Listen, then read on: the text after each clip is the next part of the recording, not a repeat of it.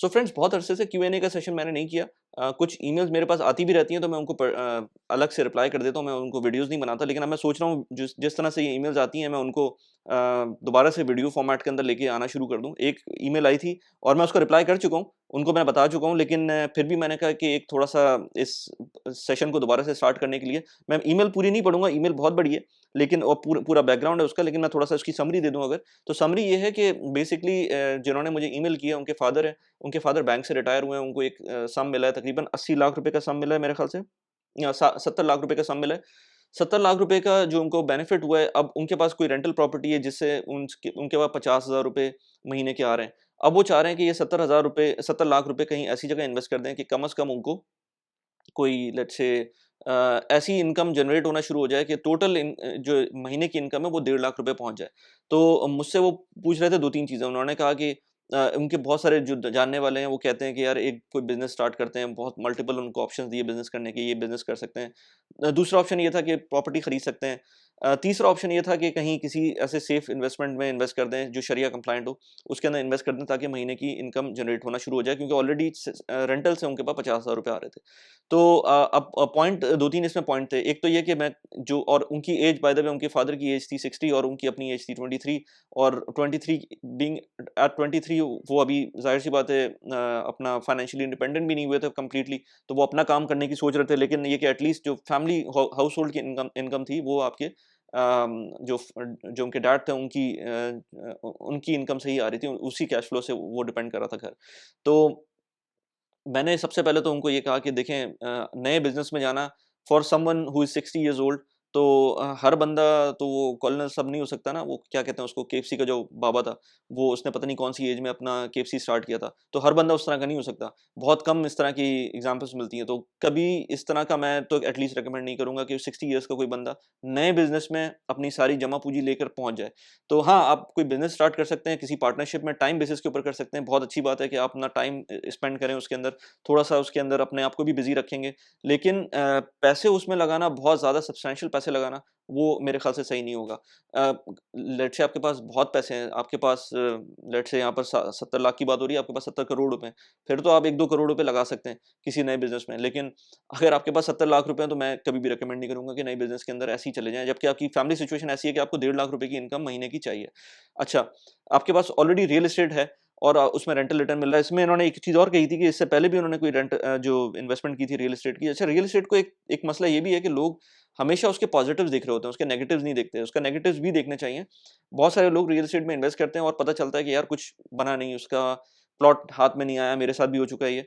Plot हाथ में नहीं आया, या जो प्लॉट लिया था वो उसी प्राइस में बिक रहा है 10 साल बाद भी, या और भी कम हो गई उसकी प्राइसेज़, या उसका कुछ भी हो गया, मतलब वो आपको मिला ही नहीं, या अपार्टमेंट जो लिया था उसमें लेट्स से टेनेंट ने कब्ज़ा कर लिया, कुछ भी हो सकता है।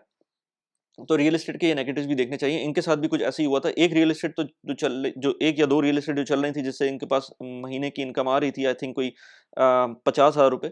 लेकिन जो इनकम इनकी जो जो सोच रहे थे एक और रियल एस्टेट में इन्वेस्ट करके, उसमें उनको कोई फ़ायदा नहीं हुआ एज़ सच इस वक़्त जो सिचुएशन है।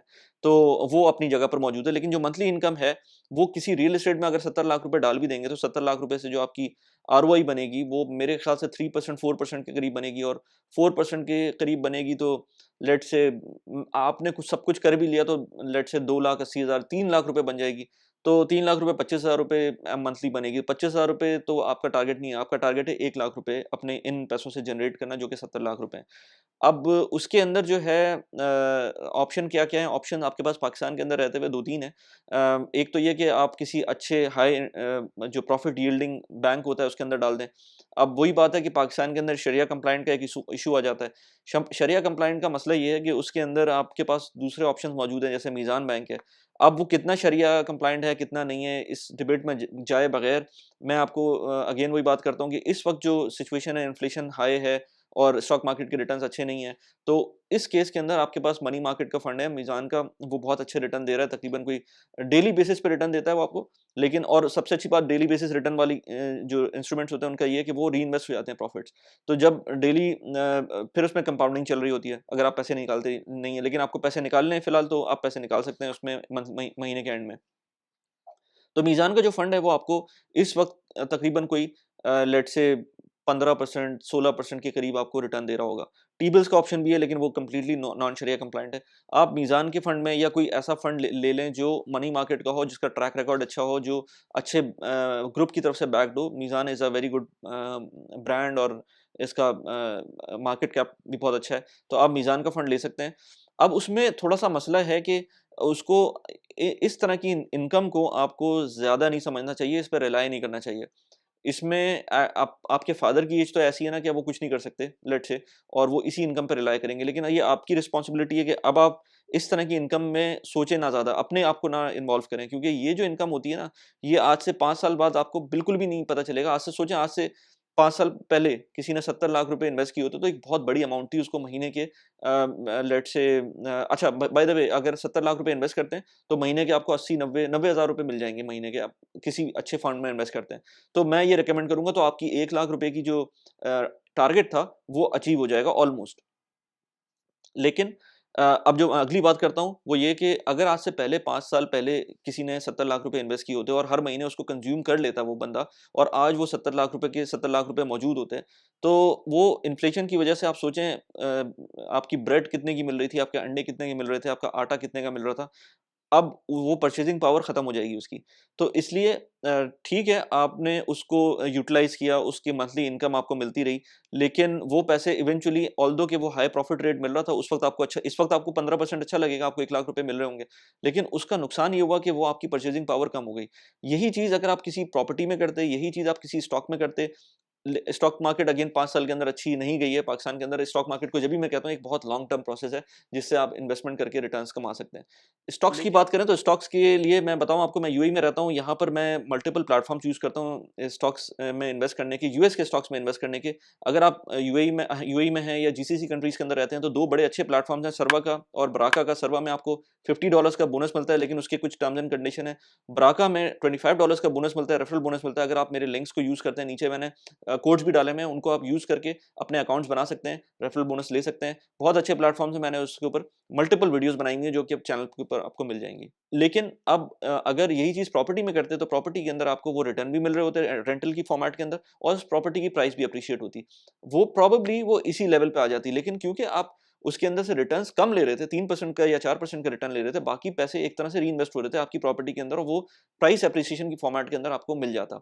तो इस चीज़ को ज़हन में रखें कि ये पैसे जब आप इन्वेस्ट करेंगे, लेट्स से 70 लाख रुपए इन्वेस्ट करते हैं और उन पैसों को यूटिलाइज़ करना शुरू कर देते हैं, जो आपको रिटर्न्स मिल रहे होते हैं।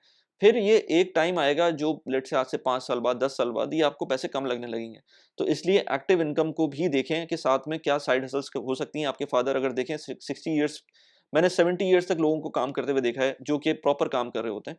और मैं ये नहीं कहता कि करना चाहिए, नहीं करना चाहिए, लेकिन मेरे ख्याल से लोगों को काम, अपने पर्सनल पर्सपेक्टिव से बात करूँ, हालाँकि मेरे अपने फैमिली के अंदर शायद 60 इयर्स के बाद किसी ने काम ना किया हो, लेकिन काम करते रहना चाहिए और उसमें एक्टिव रहना चाहिए। मैं खुद अगर बात करूँ अपनी, तो मैं चाहता तो यूँ हूँ कि मैं अपनी जॉब को छोड़ दूँ। मैं फाइनेंशियली इंडिपेंडेंट हो जाऊँ, लेकिन इसका मतलब ये नहीं कि मैं बैठ जाऊँगा घर पे और काम नहीं करूँगा। काम मुझे लाज़मी करना है, लेकिन मैं अपनी टर्म्स पे करूँगा। जब मैं चाहूँगा कि मुझे सुबह उठना नहीं है 9 बजे, तो मैं नहीं उठूँगा। लेट्स से मुझे रात में 2 बजे भी काम करना है, तो मैं करूँगा। अभी भी मैं जो यूट्यूब का काम करता हूँ, I am loving it actually. मैं 9 टू 5 जॉब भी करता हूँ, मैं फिर वापस आके फैमिली को भी देखता हूँ। मेरे और भी कमिटमेंट्स होते हैं, एंड देन मैं साथ में, ये इस वक़्त भी मैं शूट कर रहा हूँ, मुझे इसके बाद कपड़े चेंज करके मैं ऑफ़िस भी जाऊँगा। तो इसलिए इस तरह की चीज़ों में आपको साइड हसल्स रखनी चाहिए। आपके लिए ख़ास तौर पे कह रहा हूँ, 60 इयर्स के जो हैं, उनकी तो अब दिमाग भी पक्का हो चुका है ना, उसके अंदर ज़्यादा वो उनसे बात नहीं कर सकते। लेकिन कोशिश ये करें, रिस्क ना लें। 60 इयर्स पे आपको रिस्क नहीं लेना चाहिए। जितना भी काम करें, वो अपने हिसाब से करें।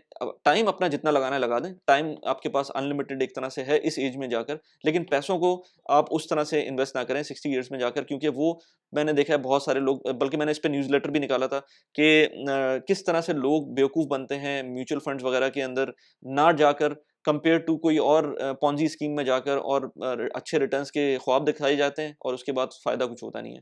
तो इसलिए इस एज ग्रुप में अगर आप हैं और इतना रिस्क आप टॉलरेंस नहीं है आपके अंदर, तो फिर आप एक जनरल किस्म का एक प्लान ले लें जिसके अंदर आपको एक फिक्स किस्म की इनकम मिल रही हो, लेकिन उसका दिमाग में ये भी होना चाहिए कि ये आज से 5 साल बाद जाकर ये जो प्रिंसिपल अमाउंट है, ये इसकी परचेजिंग पावर काफ़ी कम हो जाएगी। आप इस चैनल पे नए हैं तो आपको मैं बताऊँ कि मैं वीडियो बनाता हूँ पर्सनल फाइनेंस पे, प्रोडक्टिविटी के ऊपर। अगर आपने इस चैनल को सब्सक्राइब नहीं किया तो प्लीज़ सब्सक्राइब कर लें और लिंक मैंने डिस्क्रिप्शन में डाला हुआ है। न्यूज़लेटर को सब्सक्राइब कर लें। मैंने न्यूज़लेटर का मैंने ज़िक्र किया था ना कि न्यूज़लेटर मैंने एक निकाला था जिस पे मैंने बताया था कि किस तरह से लोग बेवकूफ़ बनते हैं, तो वो मैंने उस न्यूज़लेटर का लिंक भी मैंने नीचे डाल दिया है। इसके अलावा मैं मल्टीपल वीडियोज़ बनाता रहता हूँ। हर हफ्ते आपको 3 वीडियोज़ मिलेंगी इस चैनल के ऊपर। इसके अलावा शॉर्ट्स मैं बहुत सारी बनाता हूँ। टिकटॉक के ऊपर मुझको फ़ॉलो करें, ट्विटर पे फ़ॉलो करें, फेसबुक के ऊपर आप लाइक कर दें पेज को। ये सारे प्लेटफ़ॉर्म्स के ऊपर मैं होता हूँ। हर एक प्लेटफ़ॉर्म के ऊपर मैं ट्राई करता हूँ एक्टिव रहूँ। ट्विटर पे ज़्यादा एक्टिव रहता हूँ। अगर डीएम करना है तो ट्विटर पे भी कर सकते हैं। ईमेल कर सकते हैं मुझको, क्वेश्चन आंसर्स अगर आपको कोई क्वेश्चन्स हैं तो आप डेफिनिटली मुझको ईमेल कर सकते हैं। मैं पर्सनल कंसल्टेंसी भी देता हूँ, वन ऑन वन कंसल्टेंसी भी करता हूँ।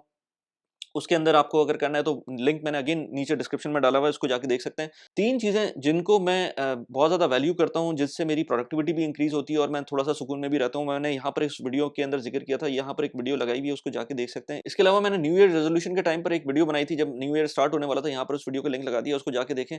ना सिर्फ न्यू ईयर के टाइम पर उसको वीडियो को देखना चाहिए, बल्कि आपको हर वक़्त हर भी किसी भी टाइम पर अगर आप स्टार्ट करें अपनी फाइनेंशियल जर्नी तो उसको इस तरह की वीडियोज़ को देखना चाहिए। कैसी लगी वीडियो प्लीज़ मुझे बताइएगा। Thanks for watching the video. Bye bye.